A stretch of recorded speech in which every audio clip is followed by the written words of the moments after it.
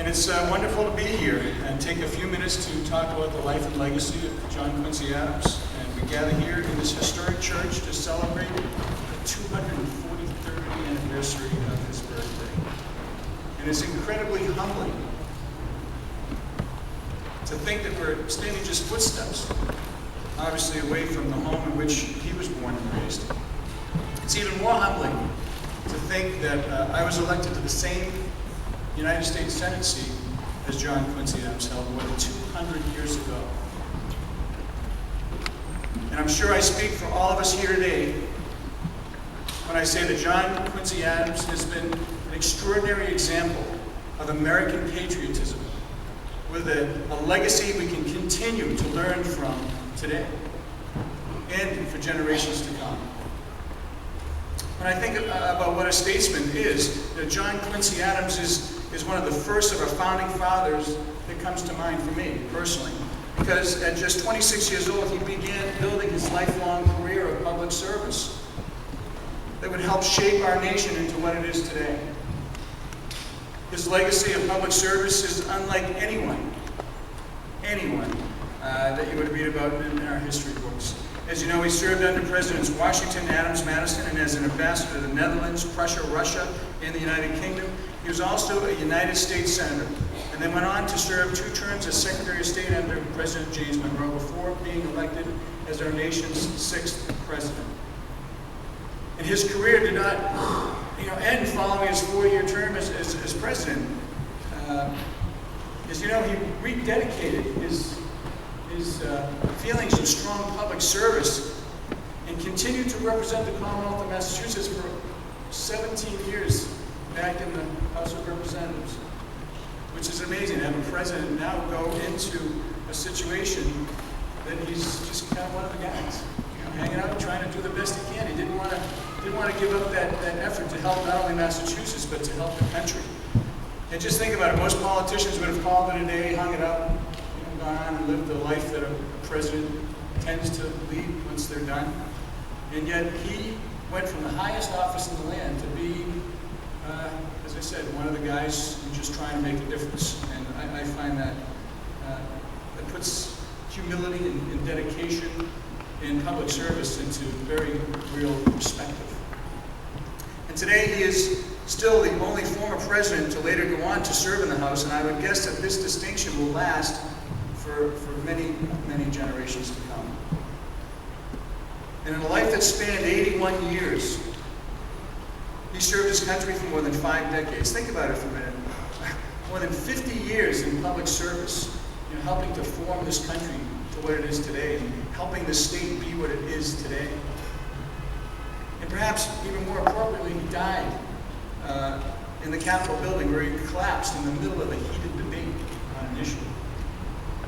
It's just amazing the life that not only he but his family has given to us. And to be here today honoring them, him, the legacy of the Adams family is really remarkable. Being a history major and somebody who takes great care to learn about our country and its values and where it's been and where it's going, I can't tell you how moved I am just to be here with all of you today.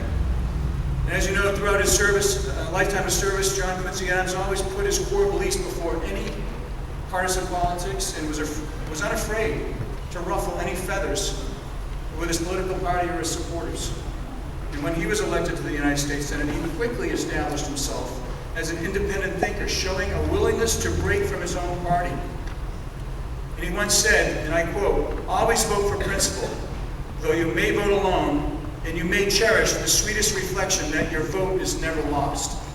End quote. And this sentiment is certainly something I try to live by every single day I walk into the historic chamber to vote. Always vote for principle, though my vote often is a vote alone. You may cherish the sweetest reflection that your vote was not lost. And I take that to heart every single time I walk in. And to me, this sums up what public service should be, and it applies just as much yesterday as it does today. And government at all levels is too often mired in partisan gridlock with politicians on both sides of the aisle unwilling to reach across the aisle to solve problems, who work together on behalf of their constituents. And in this era of 24-hour news cycles, blogs, cable television, pithy sound bites, elected officials are too often focused on scoring political points and can lose sight of the true reason that we're there working, the true reason of public service, which is making decisions to help you and everybody in this state and throughout the country to make a difference, to do it better, regardless of the political consequences. And today, our country faces some very, very serious challenges. Mr. Adams pointed out his position on the war, and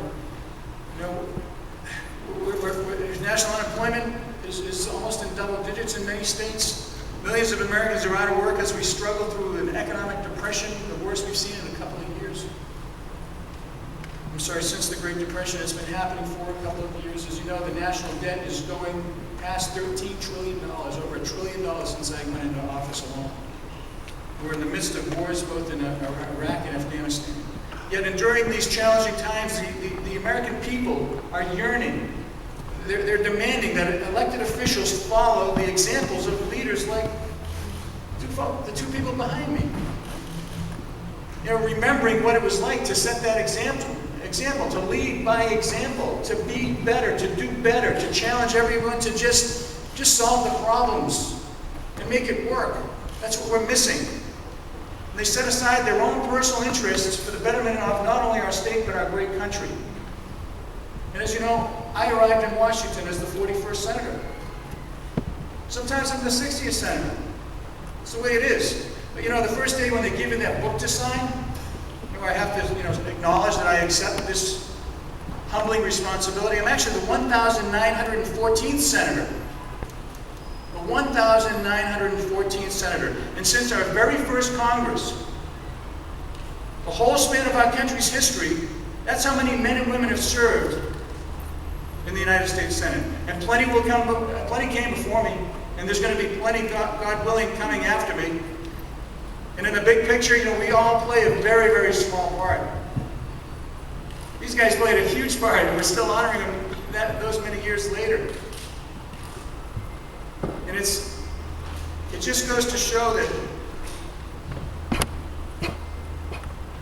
one person, a couple of people, a bunch of people, you can all make a difference. You can get involved, you can work, you can solve the problems. And I note that Daniel Webster, author, another Massachusetts amazing native who rose to become one of our nation's greatest statesmen of the 19th century, wrote of John Quincy Adams, born an inhabitant of Quincy, died a citizen of the United States, having served his country for half a century and enjoyed its highest honors. And by golly, he nailed it.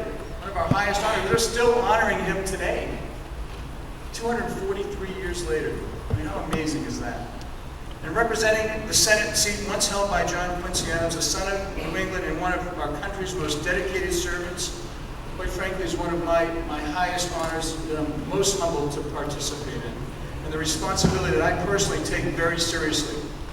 And as long as I have the privilege of representing you in the United States Senate, I'll try each and every day to live up to the legacy of the two people behind me, of John Quincy Adams, that he left us. He gave us this goal, this thing that we have to try to reach for every single day that we're working in public service.